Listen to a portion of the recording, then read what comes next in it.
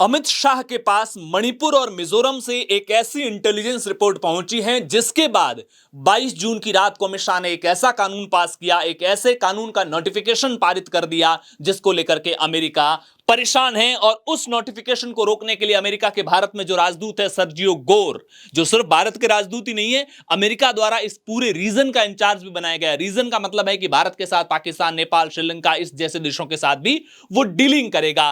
वो अमित शाह से मिलने के लिए पहुंचता है। सर्जियो गोर से मुलाकात के साथ में भले ही हंसती मुस्कुराती हुई, गुलदस्ता देती हुई तस्वीरें आती हैं और अमित शाह के ट्विटर अकाउंट से जब ट्वीट किया जाता है तो बेहद डिप्लोमेटिक लैंग्वेज का इस्तेमाल करते हुए, लेकिन इसमें एक महत्वपूर्ण बात होती है कि detailed discussion on further strengthening cooperation between India and US in the area of security, particularly in counter terrorism and counter narcotics, यानी कि पाउडर और आतंकवाद की लड़ाई के मामले में विस्तार से चर्चा हुई है। लेकिन चर्चा ये क्यों नौबत आई है और देश में ऐसा क्या कुछ बड़ा हो रहा है, मणिपुर और मिजोरम से अमित शाह के पास में ऐसी क्या इंटेलिजेंस रिपोर्ट आई है, उसको लेकर के बात करने से पहले आप इन 7 लोगों की तस्वीरें देख लीजिए।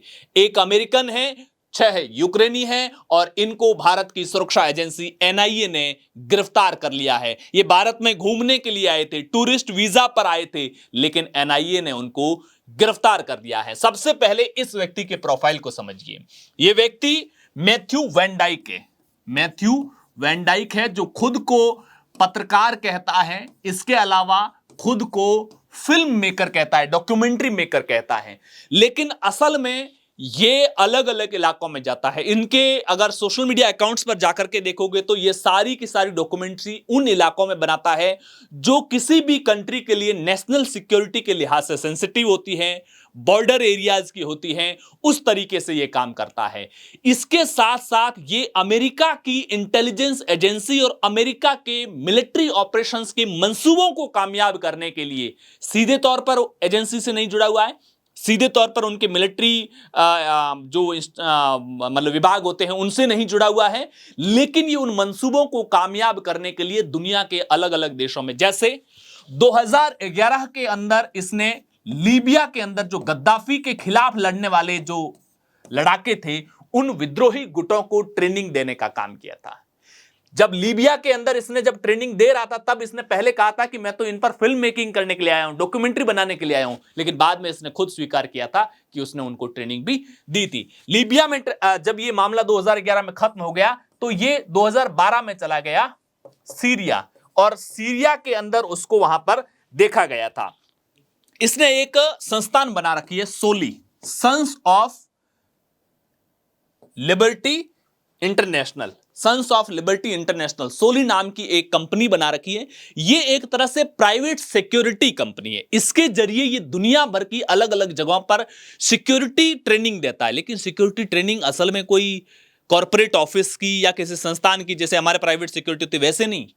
ये असल में अमेरिका के इशारों पर अलग अलग जगहों पर जाकर के किसी देश के इंटरनल सिक्योरिटी को डिस्टर्ब करने के लिए कुछ गुटों को, कुछ धड़ों को हथियारों की सप्लाई करता है और वहां पर लोगों को हथियार चलाने की ट्रेनिंग देता है। इसके अलावा ये 6 लोग यूक्रेन के हैं जो पकड़े गए हैं, जिनके अगर नाम मैं आपको बताऊं तो 6 लोग जो यूक्रेन के पकड़े गए हैं उनका नाम है पेट्रो हुरबा, तारा स्लीवियाक, इवान सुकमा नोवस्की, जो तीनों लखनऊ से पकड़े गए थे, मारियन होनचारुक, किमिस्की विक्टर, ये तीनों दिल्ली से पकड़े गए थे। ये जो पकड़े गए लोग हैं उनका नाम है। अब जरा इस चीज को डिटेल से समझिए कि भारत की सुरक्षा एजेंसियों को इस बात का पता कैसे चला और ये लोग पकड़ में आए कैसे। दरअसल पिछले कुछ समय से, ये इंडिया का नक्शा है, आप अगर ध्यान से देखेंगे तो ये भारत का नक्शा है, इसके मैं आपको बांग्लादेश के पास वाले नॉर्थ ईस्ट के हिस्से में ले जाता हूं। मणिपुर पिछले 2 सालों से जल रहा है, इस बात का आपको और हमको सबको पता है। मणिपुर के अंदर कुछ ऐसे ड्रोन सुरक्षा एजेंसियों को मिले जो यूक्रेन में इस्तेमाल होने वाले ड्रोन थे, जो ड्रोन यूक्रेन में इस्तेमाल हो रहे थे। जब सुरक्षा एजेंसियों ने इस बारे में पड़ताल करने की कोशिश की कि जो ड्रोन यूक्रेन रूस के खिलाफ लड़ाई में इस्तेमाल कर रहा है वो हिंदुस्तान में कैसे आए, पहली चीज। दूसरी चीज, ये जो पत्रकार था मैथ्यू वैन डाइक, ये जब ट्रेवल करने आता है तो पहले आप सोचिए कि हिंदुस्तान के अंदर ट्रेवल करने आ रहे हो, आप सबसे पहले दिल्ली में उतर रहे हो। दिल्ली में उतरते हो, बाहर से जब विदेश से आते हैं तो ये लोग दिल्ली में उतरते हैं, लखनऊ में उतरते हैं, अलग अलग जगहों पर उतरते हैं और उसके बाद सड़क मार्ग से ट्रेवल करते हुए ये म्यांमार मणिपुर जाते हैं। मणिपुर के साथ साथ मणिपुर में जिन दो गुटों की लड़ाई हो रखी है उसमें एक गुट जो मणिपुर के ऊपर नागालैंड की सीमा लगती है उसके पास का है, दूसरा गुट नीचे जो मिजोरम की सीमा लगती है उसके पास का, यानी कि मणिपुर में लड़ाई करा के इधर मिजोरम में भी डिस्टर्बेंस की संभावनाएं क्रिएट हो जाती है और नागालैंड की डिस्टर्बेंस की क्रिएट हो जाती है। प्लस ये लोग यहां से सीमा पार करके म्यांमार दूसरे देश में प्रवेश करते हैं, वहां जो म्यांमार के अंदर जो लड़ाई चल रही है विद्रोही गुटों की उनको ट्रेनिंग देते हैं, हथियार चलाना, ड्रोन उड़ाना, जो जेमिंग नेटवर्क होता है उससे कैसे पार पाया जाए उसको लेकर के ट्रेनिंग दी जाती है और फिर ये यहां से म्यांमार से बॉर्डर पार करके वापस इंडिया में आते हैं और यहां से फ्लाइट पकड़ के अपने वापस अमेरिका या यूक्रेन जहां जाना होता है वो जाते हैं। जब यहां पर ड्रोन पकड़ में आए तो फिर सुरक्षा एजेंसियां अलर्ट हुई। इसी बीच ये जो पत्रकार था मैथ्यू वेंडाइक, इसको एक जगह पर एक इमिग्रेशन अधिकारी पूछता है कि आप इंडिया में आए थे, इंडिया में कहां कहां गए? तो उसने कहा मैं मणिपुर गया था। वो चाहता था कि ज्यादातर सच्चाई बताई जाए ताकि आप पर शक न बैठे।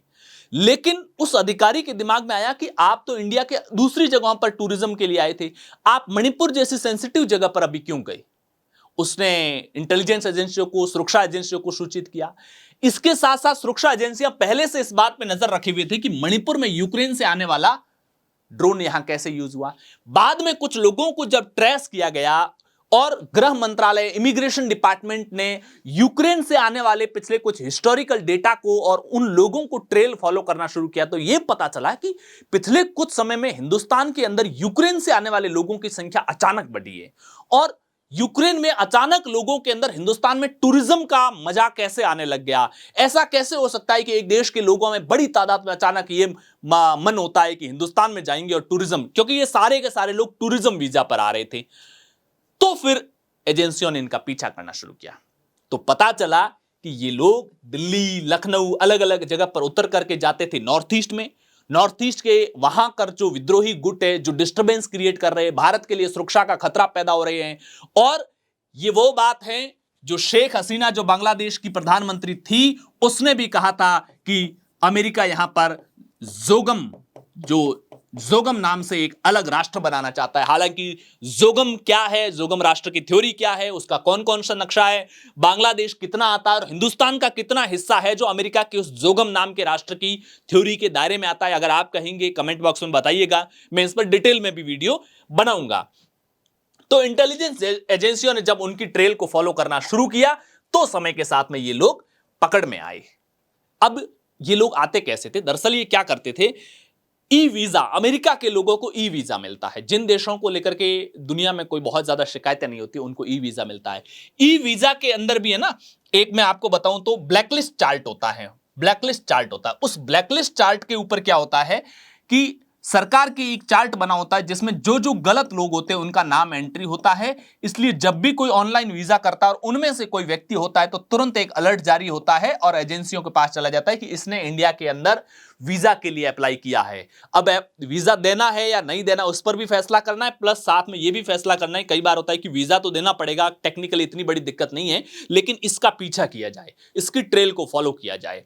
तो उसके अंदर क्या, अमेरिका को ई वीजा मिलता था और ई वीजा का फायदा उठा करके ये व्यक्ति आया था यहां पर इंडिया के अंदर और नॉर्थ ईस्ट से होते हुए वो मिजोरम में गया, वहां पर हथियारों और ट्रेनिंग देकर के ये वापस लौट रहा था। उस समय ये पकड़ा गया।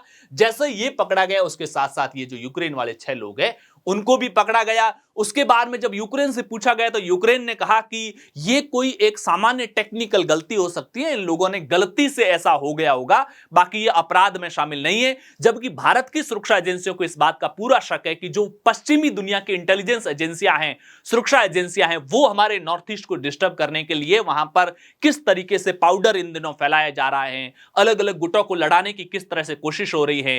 तो उनको हथियारों की, ड्रोन उड़ाने की, जेमिंग नेटवर्क से सामना करने की और उससे पार पाने की सारी वहां पर ट्रेनिंग दी जा रही है। अब इसी को लेकर मैंने कल डिटेल वीडियो बनाया था कि कैसे 22 जून की रात अमित शाह ने एक अपने फैसले से अमेरिका द्वारा जो फंडिंग है, क्योंकि अल्टीमेटली आपको पैसा पहुंचाना पड़ेगा इन सारे लोगों तक। आप ट्रेनिंग तो इस तरह से किसी वीजा पर भेज करके किसी व्यक्ति के जरिए वहां के विद्रोही गुटों को, जो लड़ाके हैं, जो आपराधिक प्रवृत्ति वाले लोग हैं, उनको ट्रेनिंग तो इस तरह से किसी को वीजा पर भेज करके दिला दोगे, लेकिन अल्टीमेट वहां पर पैसा पहुंचाना पड़ेगा। और पैसे के नेटवर्क को तोड़ने के लिए अमित शाह ने 22 जून की रात क्या महत्वपूर्ण फैसला लिया, वो डिस्क्रिप्शन में नीचे लिंक दिया हुआ है, आप लोग जाकर के जरूर देखिएगा। पॉलिटिकल पंचायत पर राष्ट्र के हितों से जुड़ी अलग अलग वीडियोस इसी तरह मैं आपके सामने लेकर आता रहूंगा। नमस्कार।